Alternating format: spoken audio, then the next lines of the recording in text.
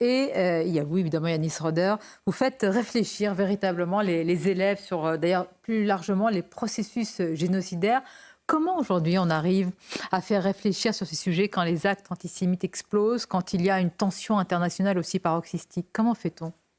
Et on fait de l'histoire, en fait. On continue à faire de l'histoire.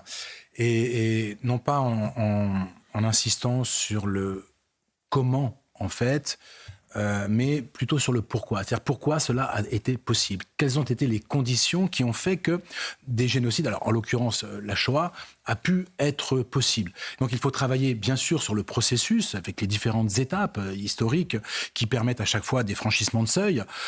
Mais avant, il faut s'intéresser, je crois, aux bourreaux. C'est-à-dire à ceux qui ont pensé le crime. Parce qu'on ne le répète pas assez, la Shoah, c'est une politique publique en fait. C'est une politique publique menée par un État.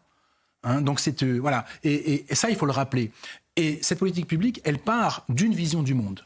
Autrement dit, d'une idéologie. Et il faut travailler sur cette idéologie, comprendre que l'idéologie, c'est un système de croyance qui fait sens. Et donc, effectivement, des Allemands, pas les Allemands, mais des Allemands ont adhéré à ce système de pensée.